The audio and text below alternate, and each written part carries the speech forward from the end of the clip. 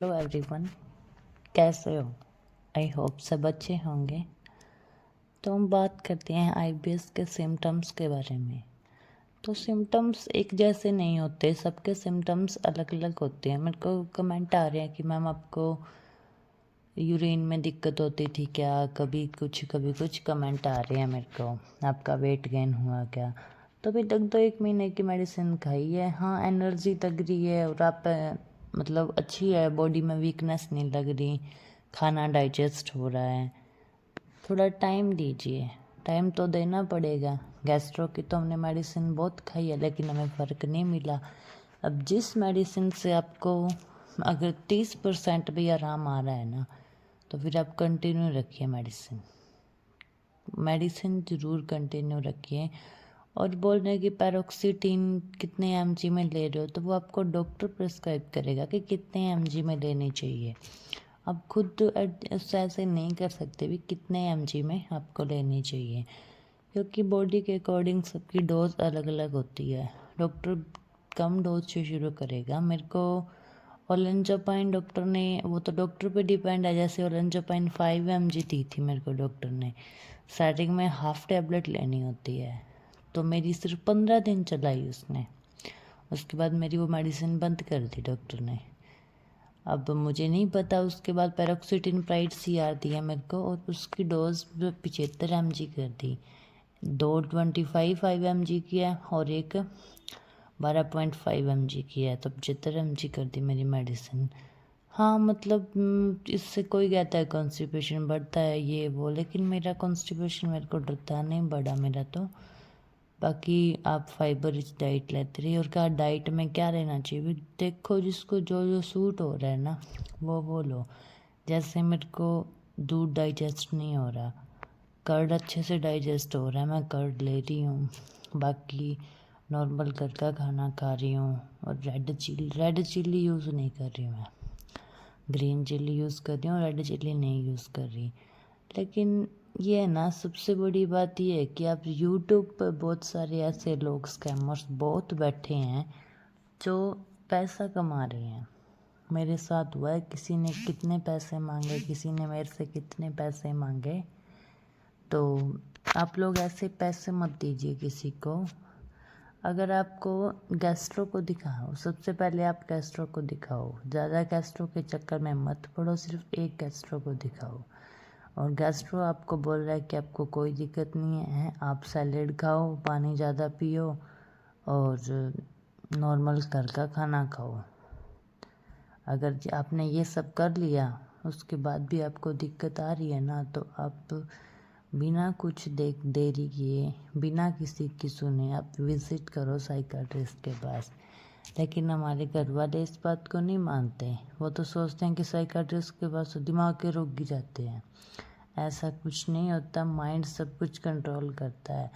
जब हम डिप्रेशन में क्यों चले जाते हैं? जब हम ठीक नहीं होते, हमारी बॉडी में वीकनेस आ जाती है, बिल्कुल हमें एनर्जी नहीं रहती, तो हम डिप्रेशन में चले जाते हैं कि हम ठीक नहीं हो रहे, हमारे साथ ये हो क्या रहा है, नॉर्मल लाइफ नहीं होती, इसलिए डिप्रेशन में चले जाते हैं। लेकिन ऐसा कुछ भी नहीं है कि माइंड की हमें तो ये दिक्कत नहीं, माइंड से की कोई दिक्कत नहीं होती हमें। वो डाइजेशन प्रॉब्लम ठीक नहीं होती हमारी, तो इसकी वजह से हम डिप्रेस्ड हो जाते हैं। फिर एक वेट लॉस बहुत ज़्यादा होता है, उसकी वजह से भी हो जाता है। और अगर आपको गैस्ट्रो ने H पाइलोरी बता दिया, एंट्रल गैस्ट्रोटाइट बता दिया, विटामिन D की कमी बता दी, विटामिन B12 डेफिशिएंसी बता दी और CO बता दिया, तो आप लोग बेशक बिना कुछ सोचे समझे आप साइकाट्रिस्ट के पास विज़िट करो, वहीं जाओ, आपका इलाज वहीं होगा और कहीं नहीं हो सकता। अगर इधर उधर जाके पैसे देने हैं तो दीजिए, क्योंकि मैंने भी गैस्ट्रो को काफ़ी पैसे दिए हैं, काफ़ी गैस्ट्रो मैंने चेंज किए हैं। मैंने 2 गैस्ट्रो चेंज किए हैं, अच्छे से अच्छे हॉस्पिटल में दिखाया है सबको, बहुत अच्छे से दिखाया है।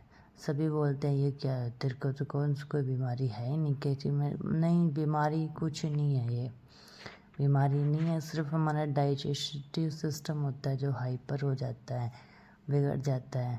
उसकी वजह से हमें किसी की आंतों की मूवमेंट है जो स्लो हो जाती है और किसी की फास्ट हो जाती है। जिसकी स्लो हो जाती है उसको कॉन्स्टिपेशन रहता है, और जिसकी हाइपर हो गई मतलब ज़्यादा बढ़ जाती है आंतों की मूवमेंट, उसको डायरिया हो जाता है। बाकी सबके सिम्टम्स अलग अलग होते हैं, किसी को कुछ होता है, किसी को कुछ होता है।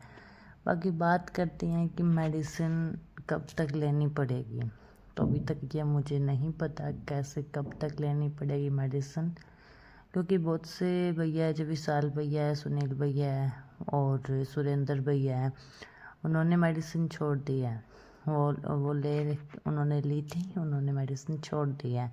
लेकिन मैंने तो अभी शुरू किया, मेरे को नहीं पता कितने टाइम लेनी पड़ी, क्योंकि मैंने अभी तक 20 दिन की मेडिसिन ले ली। 20 दिन की ले ली मैंने मेडिसिन, और 20 दिन में मेरे को काफ़ी आराम है। बाकी बीच बीच में सिम्टम्स आते जाते रहेंगे, आप ज़्यादा ध्यान मत देना, इग्नोर करते रहना।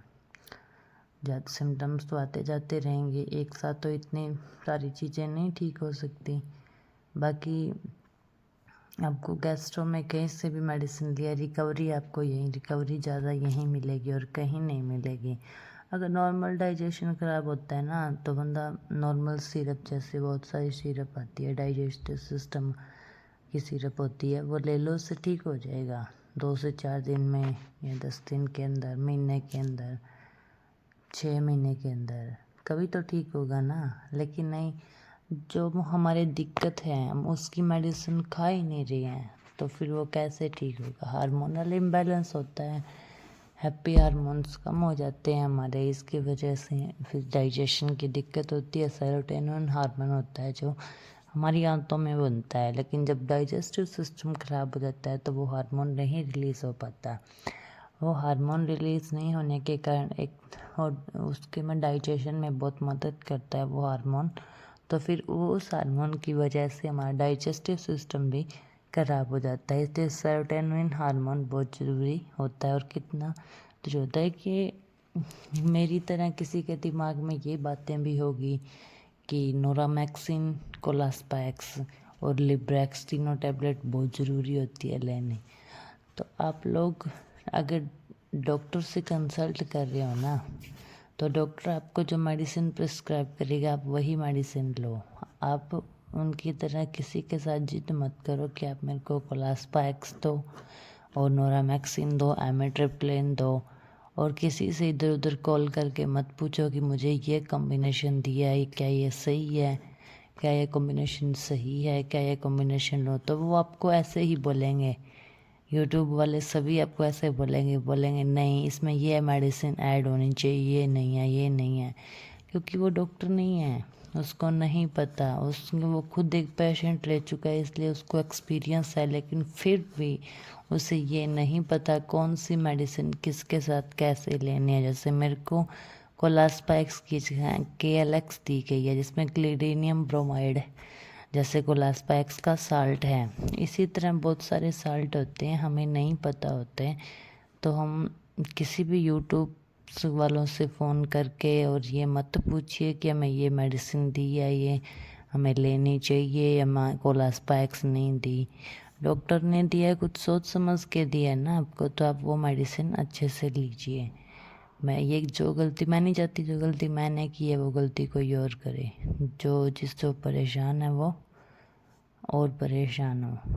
क्योंकि IBS वाला वैसे ही बहुत परेशान होता है। और ये कि न्यूरोथेरेपी के चक्कर में मत पड़ो, न्यूरोथेरेपी में कुछ नहीं होता, आयुर्वेद से कुछ नहीं होता, होम्योपैथी से कुछ नहीं होता, गैस्ट्रो से कुछ नहीं होता। आप लोग ओनली साइकाट्रिस्ट के पास जाओ। और वीकनेस कहते हैं विटामिन B12 की डेफिशिएंसी बता रहे हैं, तो विटामिन B12 की डेफिशिएंसी जब खाना डाइजेस्ट नहीं होगा, हमारी आंतें जो ऑब्ज़र्व नहीं कर पा रही है, जो हमारी प्रोटीन वगैरह सब कुछ विटामिन्स ऑब्ज़र्व नहीं करती, तो विटामिन B12 की डेफिशिएंसी तो होगी। B12 की नहीं, पता नहीं कितने विटामिन्स की डेफिशिएंसी होगी। और मेरे भी बाल बहुत झड़ गए थे, बहुत दिक्कत हो गई थी। मैंने कभी भी बाल भी झड़ने लगे। एक बार तो सोचा बालों के डॉक्टर को दिखाऊं बाल क्यों झड़ रहे हैं, लेकिन जब से मेडिसिन शुरू किया बाल झड़ने भी बंद हो गए हैं। क्योंकि डाइजेस्टिव सिस्टम ख़राब है तो हमारी सारी चीज़ें ख़राब है, इसी पे डिपेंड है ना सब कुछ।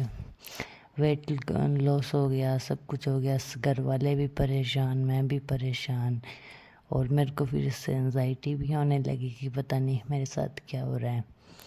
तो आप लोग कोई कुछ बता रहा है, कोई कुछ बता रहा है, तो आप कोई आयुर्वेदिक बता रहा है, कोई कुछ, तो आप किसी के चक्कर में मत पड़िए। बिना कोई देरी किए आप लोग साइकाट्रिस्ट के पास जाइए। आपके कोई भी डाउट है जो आपको टेक्स्ट में मुझे मैसेज कीजिए, और कमेंट में आप मेरे को पूछ सकते हैं। मैं हो सकता है अपनों की हेल्प करूँगी, क्योंकि किसी ने मेरी हेल्प की है उसकी वजह से मेरे पास एक लड़का और था, वो उसका नाम मानविक पता नहीं मानिक था। तो वो पैसे लेता है, मेडिसिन बताता है, कहता मैं डाइट बताता हूँ, और वो पैसे लेता है। लेकिन अभी मेरे को उसका यूट्यूब चैनल नहीं पता, मैंने उसका और उसकी व्हाट्सएप पे है मेरे साथ, उसकी डीपी भी मैंने स्क्रीनशॉट लेने की कोशिश की, लेकिन प्राइवेसी की वजह से नहीं ले पाई। और वो चैनल मेरे को याद नहीं है, मैं अगर मेरे को याद आया तो मैं ज़रूर शेयर करूँगी। आप लोग उससे मेडिसिन मत लेना, उसने अपना चैनल बना रखा है, और बहुत से लोग हैं जो जिन्होंने चैनल बना रखा है। लेकिन हाँ, चैनल बनाओ अच्छी बात है, जो ठीक हो है अवेयरनेस फैलाओ, लेकिन खुद से किसी को मेडिसिन मत दो। सबसे बड़ी गलत बात ये है कि आप खुद से किसी को मेडिसिन दे रहे हो, अपना कॉम्बिनेशन बेच रहे हो। ये बात सही नहीं है अपना कॉम्बिनेशन बेचना। अब क्या पता आपके सिम्टम्स है वो आगे किसी के सिम्टम्स हो ही ना, और आप बिना मतलब कि वो मेडिसिन दिए जा रहे हो, बंदे को वो गलत रिएक्ट कर जाए उस पे मेडिसिन। इसलिए डॉक्टर की देख रेख में डॉक्टर से पूछकर ही आप लोग मेडिसिन लीजिए, ऐसे किसी से भी मेडिसिन मत लीजिए। हाँ, कुछ लोग जो बहुत सारे कमेंट करते हैं कि मैडम आपका वेट गेन हुआ क्या, आपने कौन से डॉक्टर से कंसल्ट किया।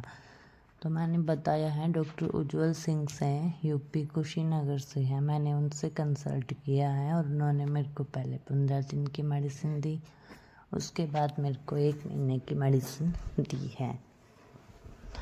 तो आप लोग ट्राई करते रहिए, ऐसा नहीं है नहीं ठीक होता, ठीक हो जाएगा। पेशेंस ज़रूरी होता है, पेशेंस बहुत ज़रूरी होता है। ऐसे ही अभी सिम्टम्स आते जाते रहेंगे, कम से कम 1 साल तो दीजिए, 1 साल अपनी बॉडी को दीजिए।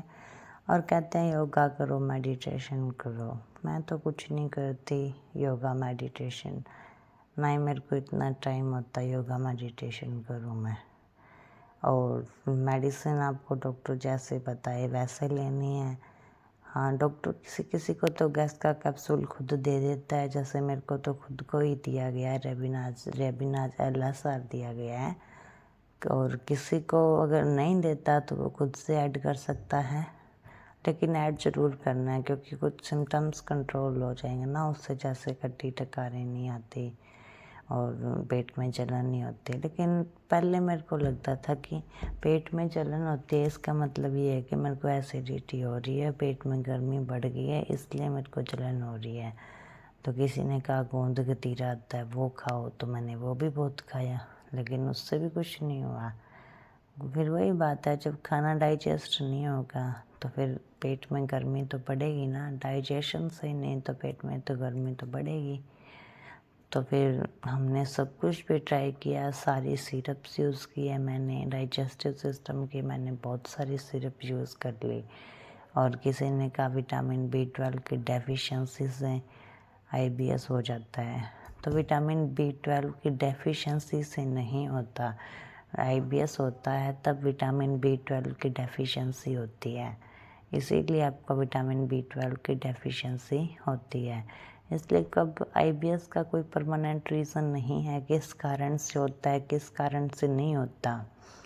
जैसे किसी को IBS हो, किसी को जैसे जिम करने से हो जाता है, किसी को ज़्यादा भार उठाने से हो रहा है, और किसी को ओनली स्ट्रेस की वजह से हो रहा है, और किसी को जैसे कुछ ज़्यादा मतलब फास्ट फूड खाने की वजह से हो रहा है, और मेरे को तो फास्ट फूड खाने की वजह से ही हुआ है।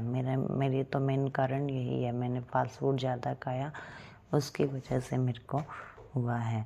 और फास्ट फूड तो खाइए ही मत, अवॉइड कीजिए आप लोग फास्ट फूड। हो सकता है तो कभी मत खाना, थोड़ा बहुत कभी खा लिया चलो कोई बात नहीं, बट मेरे को तो इतना डर लगता है, मैं तो फास्ट फूड खाना मैंने तो छोड़ ही दिया है।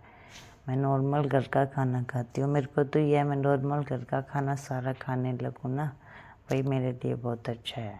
मैं इतनी परेशान हो गई थी क्योंकि मैंने 1 महीने तक तो खाना तक भी नहीं खाया था। फिर भी ऐसे अपना रूटीन में काम करते रहे। अब किसी को अब क्या बताएं, कभी कहीं दर्द होता है, कभी कहीं दर्द होता है, कोई खुशी नहीं होती, कोई किसी चीज़ में मन नहीं लगता कि हम क्या करें, क्या इधर उधर किसी का भी नंबर निकाल लिया, कॉल कर ली, आपके क्या सिम्टम थे, आप ठीक हो गए थे क्या, फिर किसी और का नंबर निकाल लिया, किसी को भी कहीं भी कॉल कर दिया। अभी मतलब ये है कि हमें ठीक होना है, हम कैसे ठीक हुए, हमें बहुत जल्दी होती है ठीक होने की, हम ठीक होएं कैसे हुए हम ठीक। सब कुछ तो हमने ट्राई कर लिया, कुछ हमने छोड़ा नहीं है, फिर भी हम ठीक नहीं हो रहे, तो टेंशन तो हो गई ना। माइंड सेट तो सबका बिगड़ता है, वही बात, अगर डाइजेशन बिगड़ता है तो माइंड सेट तो बिगड़ ही जाता है। और सारी मेडिसिन ट्राई कर ली थी, कोई किसी की क्या दिक्कत थी, किसी की क्या दिक्कत थी, अब मुझे नहीं पता। बाकी मैं अपने वीडियोस में अपनी अब जो भी मेरी दिक्कत थी मैं अपने शेयर कर चुकी हूँ, और आप लोग कमेंट करके ज़रूर पूछिए कि आपको दिक्कत क्या है। और अगर घर बैठे मैं किसी की हेल्प कर सकती हूँ ना, मेरी वजह से अगर कम से कम 4 बंदे भी ठीक हो जाए ना, तो मैं बहुत खुश हूँ कि मेरी वजह से कोई ठीक हुआ है। यही बहुत बड़ी बात है, मेरी वजह से कि किसी की ज़िंदगी अच्छी हो जाए, किसी का मतलब ऐसी नरक जैसी ज़िंदगी से बाहर निकल जाए, तो मैं खुद के लिए बहुत खुशी होगी मेरे को कि मेरी वजह से कोई ठीक हो रहा है। और मेरे को कोई पैसे नहीं चाहिए, कुछ नहीं चाहिए मेरे को। मैं ये नहीं है कि काउंसलिंग करती हूँ ये वो, मैं कुछ नहीं करती, मैं सिर्फ सिम्टम्स बता देती हूँ किस किस को कौन कौन से सिम्टम आ रहे हैं। पेट में जलन भी होती है, पेट में दर्द भी होता है, पेट में ऐंठन भी होती है, और टाइटनेस होती है बहुत ज़्यादा, कॉन्स्टिपेशन भी होता है, डायरिया हो जाता है, वॉमिट होती है। सबके सिम्टम्स अलग अलग होते हैं, किसी के कुछ। तो अभी आप लोग खुद देखिए वो कौन से सिम्टम है, कौन से नहीं है। इसलिए आप लोग जिसको भी ये दिक्कतें आ रही है तो आप लोग ट्राई कीजिए।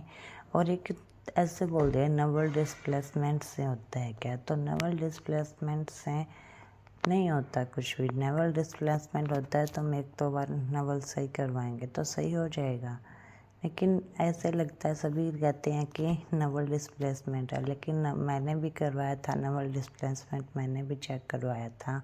तो मेरे को उसने ऐसे बोला कि आपकी पेट की आपको इनको डॉक्टर को दिखाओ, इनके पूरे पेट की धड़कन बढ़ी हुई है, क्योंकि हमारी इंटेस्टाइन हाइपर हो जाती है, तो हमारे पेट के ऐसे लगता है यहीं नवल डिस्प्लेसमेंट हो गया है, नवल यहाँ आ गई है, यहाँ आ गई है, किसी की ऐसे लगता है यहाँ आ गई है।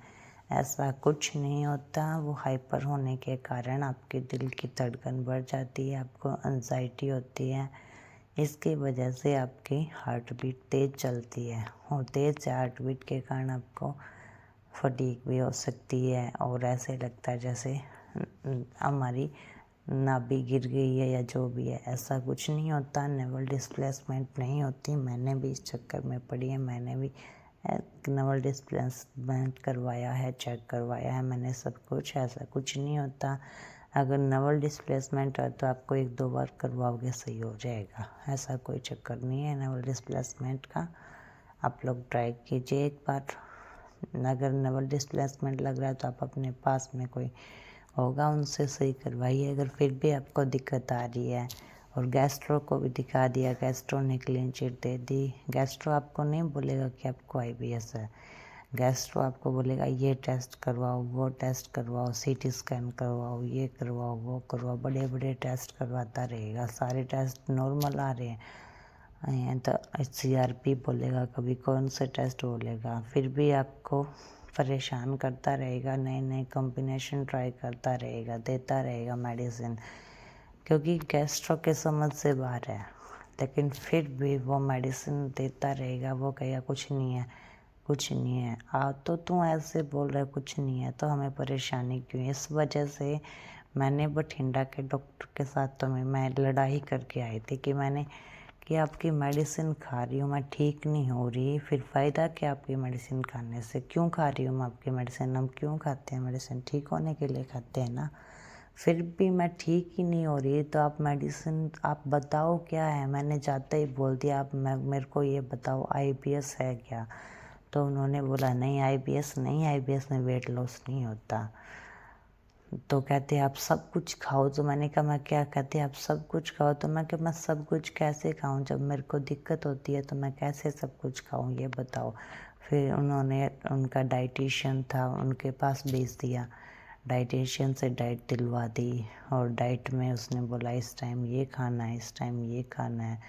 तो कितना खाओगे? जब डाइजेस्ट नहीं होगा तो खाने से वेट कैसे बढ़ेगा? इतना तो उनको भी पता है, लेकिन फिर भी वही बात, उन्हें तो अपनी कमाई करनी होती है, वो पैसे लेते रहे। कभी कौन सा टेस्ट लिख दिया, को इतने महंगे महंगे टेस्ट, कॉस्टली ज़्यादा होते हैं, वो लिख दिए। कभी कोई करवाया, कभी कोई टेस्ट करवाया, कभी CRP लिख दिया, कभी कुछ लिख दिया। टेस्ट सारे नॉर्मल आ रहे हैं, कभी स्टूल टेस्ट लिखा, कभी कोई, कभी कुछ, कभी कुछ, बहुत सारे टेस्ट लिखे। एंडोस्कोपी करवा ली, बायोप्सी ले ली, सब कुछ कर लिया, लेकिन वही बात है, सारे टेस्ट तो नॉर्मल आ रहे हैं। फिर भी डॉक्टर मेडिसिन दिए जा रहा है, पता नहीं किस चीज़ की मेडिसिन दिए जा रहा है। मेरे को पता नहीं कौन से थे, मेरे को याद नहीं है, कुछ कैप्सूल थे वो दिए थे, लेकिन कोई भी मेडिसिन सूट नहीं कर रही थी। इतनी वीकनेस रहती थी, इतनी वीकनेस रहती थी कि ऐसे लगता है बस बेड पर लेटे रहो, खड़े मत हो। बट वही बात, अपना रूटीन का काम तो करना ही पड़ता है, वीकनेस होती है फिर भी करना ही पड़ता है। तो इसीलिए मैं, जो परेशानी मैंने देखी है सभी ने देख रही है, तो इस अवेयरनेस की वजह से क्या बताइए, वीडियो कब किसके सामने मेरी ये वीडियो आ जाए, तो कब किसको मोटिवेशनल मिल जाए और वो साइकाट्रिस्ट के पास चले जाइए। और जब तक आप गैस्ट्रो के चक्कर में फिरते रहोगे तो फिरते रहो, कितने भी गैस्ट्रो चेंज कर लो, क्योंकि गैस्ट्रो चेंज मैंने भी किए हैं। आयुर्वेदिक मैंने किया, सिर्फ मैंने एक होम्योपैथी मेडिसिन छोड़ी है, और एक वो नक्स वोमिका होम्योपैथी की, वो भी खाई है मैंने। इतनी पेट में जलन करती है वो मेडिसिन, लेकिन फिर भी मैंने वो खाई है। होम्योपैथिक मेडिसिन भी नक्स वोमिका है, वो खाई है मैंने। कुछ नहीं होता होम्योपैथी से, कुछ नहीं होता आयुर्वेद से, कुछ नहीं होता गोंद कतीरा खाने से, कुछ नहीं होता गैस्ट्रो की मेडिसिन खाने से। आप चुपचाप मेडिसिन खाइए और दिमाग मत चलाइए अपना, और कोई भी मेडिसिन को गूगलिंग मत कीजिए कि कौन सी मेडिसिन क्या काम करती है। जो जो गलतियाँ मैंने की है वो गलतियाँ आप लोग मत कीजिए। डॉक्टर ने दी है, आराम से मेडिसिन खाइए, खाना खाइए और सो जाइए। माइंड रिलैक्स अपने आप हो जाएगा। माइंड मत चलाइए आप, ज़्यादा माइंड चलाने की ज़रूरत नहीं है, क्योंकि IBS वालों का माइंड तो वैसे ही बहुत चलता है, और सेंसिटिव वैसे ही बहुत होते हैं, वो तो बहुत तेज़ होते हैं, जन्म से सेंसिटिव होते हैं, बहुत तेज़ होते हैं। IBS वाले का बहुत, हर चीज़ को दिल से लगा के बैठ जाते हैं कि ये बात हमें कैसे बोली गई, कैसे कुछ किया गया। बहुत सेंसिटिव माइंड होता है उनका, बहुत ज़्यादा। तो आप लोग अपना दिमाग मत चलाइए, गैस्ट्रो की मेडिसिन मत खाइए। आप लोग सीधा साइकियाट्रिस्ट के पास, ये नहीं होता साइकियाट्रिस्ट की बात हमारे गांव में, और मतलब इधर के लोगों में ये है कि अगर साइकियाट्रिस्ट के पास गए तो इसको तो साइकोलॉजी हो गई, इसलिए इसको लेके गए, इसके तो ये तो पागल हैं। ऐसा कुछ नहीं होता। साइकियाट्रिस्ट ओनली माइंड के मेडिसिन नहीं देता, साइकियाट्रिस्ट पेट की मेडिसिन भी देता है साथ में। पेट और माइंड दोनों का कॉम्बिनेशन बिठा के देता है, क्योंकि हमारी दिक्कत सिर्फ पेट में है। पेट में दिक्कत है, वो पेट में दिक्कत किसकी वजह से? पहले पेट में दिक्कत हुई, फिर हमें दिक्कत तब वो ठीक नहीं हुई, वीकनेस हुई, उसकी वजह से हमें एंजाइटी हुई। फिर एंजाइटी होने लगी तो हमें एंजाइटी की भी मेडिसिन खानी पड़ेगी और पेट की भी खानी पड़ेगी। दोनों के मेडिसिन का कॉम्बिनेशन बना के दिया जाएगा सिम्टम्स कम करने के लिए, और उसके बाद धीरे धीरे सिम्टम्स कम होते जाएंगे। और कभी कभी वैसे मेडिसिन लेते रहते, कभी सिम्टम्स आते जाते रहेंगे, तो आप लोग ध्यान मत दीजिएगा, नॉर्मल मेडिसिन खाते रहिए अपनी। और मेडिसिन सारी सुबह खाना खाने के बाद शाम को सोते वक्त एक साथ लेनी होती है। 5 से 6 मेडिसिन होती है, खाना खाने के बाद एक साथ मेडिसिन लेनी होती है, और सुबह भी खाना खाने के बाद लेनी होती है। लेकिन खाली पेट एक कैप्सूल होता है, जो गैस का कैप्सूल है ना, या तो डॉक्टर ने लिखा होगा या फिर आप लोग खुद ले लीजिए। बाकी मेरे हिसाब से रेविनाज LSR कैप्सूल है जो सबसे बढ़िया है। गैस का कैप्सूल सबसे बढ़िया है, मेरे को तो और कोई शूट नहीं करता, वही शूट करता है। बहुत अच्छा कैप्सूल है वो, आप लोग वही यूज़ कीजिए। और एक पेनास्टी है जिसमें डोमपेरिडोन और वो पेन-40 दोनों साल्ट है उसके अंदर, और वो भी मेरे को मेडिसिन एक शाम को लेने के लिए दी गई है, और बाकी मेडिसिन सारी शाम को लेनी है। बाकी आप लोगों को बाकी डॉक्टर खुद बता देगा कौन सी मेडिसिन कब लेनी है। आप लोग कहीं जा नहीं सकते तो आप लोग खुद ऑनलाइन कंसल्ट कीजिए। डॉक्टर उज्जवल सिंह से हैं, डॉक्टर संजय जैन हैं, डॉक्टर विदित सिंह हैं, और एक विशाल भैया बताते हैं, वो मेरे को तो नाम याद नहीं है, दाहोद से डॉक्टर नीलेशा, उनसे भी कंसल्ट कर सकते हैं। लेकिन आपको जिससे ठीक लगे आप सिर्फ आपके नियरेस्ट साइकियाट्रिस्ट से भी कंसल्ट कर सकते हैं। ऐसा ज़रूरी नहीं है कि आप उन्हीं से कंसल्ट करें, नियरेस्ट साइकियाट्रिस्ट से कीजिए। और जो भी कॉम्बिनेशन आपको बना के दे रहे हैं वो कॉम्बिनेशन चुपचाप खाइए, और जब तक आपको रिलीफ लगे, कम से कम 2 महीने तो ज़रूर खाइए। 2 महीने के अंदर आपको रिलीफ लगे तो आप खाते रहिए मेडिसिन। अगर 10% भी रिलीफ है ना तो भी वो मेडिसिन खाइए, क्योंकि वो रिलीफ 10% आपको कहीं नहीं मिला था, यही मिला है, तो इसका मतलब इसका ट्रीटमेंट भी आपका यहीं होगा।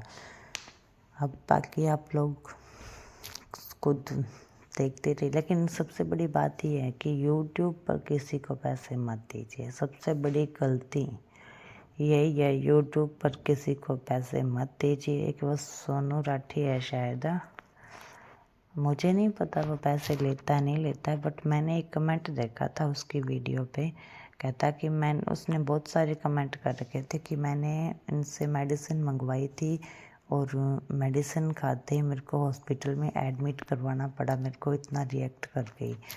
तो अब मुझे नहीं पता उसने कौन सी मेडिसिन उसको दी या नहीं दी, इसीलिए बोल रही हूँ किसी यूट्यूबर से किसी से भी आप लोग मत लीजिए मेडिसिन।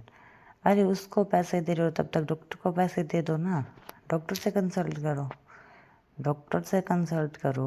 वो क्या सा, वो तो खुद पेशेंट रह चुका है, वो क्या मेडिसिन देगा आपको, वो तो अपना कॉम्बिनेशन बेचेगा और क्या करेगा, उसे थोड़ी पता है कौन सा मेडिसिन किसको कौन सी शूट करेगी। तो आप लोग किसी यूट्यूबर से मत लीजिए, चाहे वो कोई भी हो, चाहे वो विशाल भैया हो, चाहे वो सुनील भैया हो, चाहे वो सोनू राठी हो, या कोई भी हो, किसी से भी मत लीजिए, किसी से भी मत लीजिए। हाँ, उन्होंने आपके साथ अपना कॉम्बिनेशन और अपनी जो जर्नी है वो शेयर की है, ताकि आप लोग जितना वो भटके हैं आप लोग ना भटकें, इसीलिए मैंने शेयर किया है। उनके साथ ही मैंने किया कि उनकी तरह मैं भी बहुत भटकी हूँ, लेकिन ऐसी है थोड़ी, कभी मेरे सामने ये वीडियो आ गई तो मैं चली गई।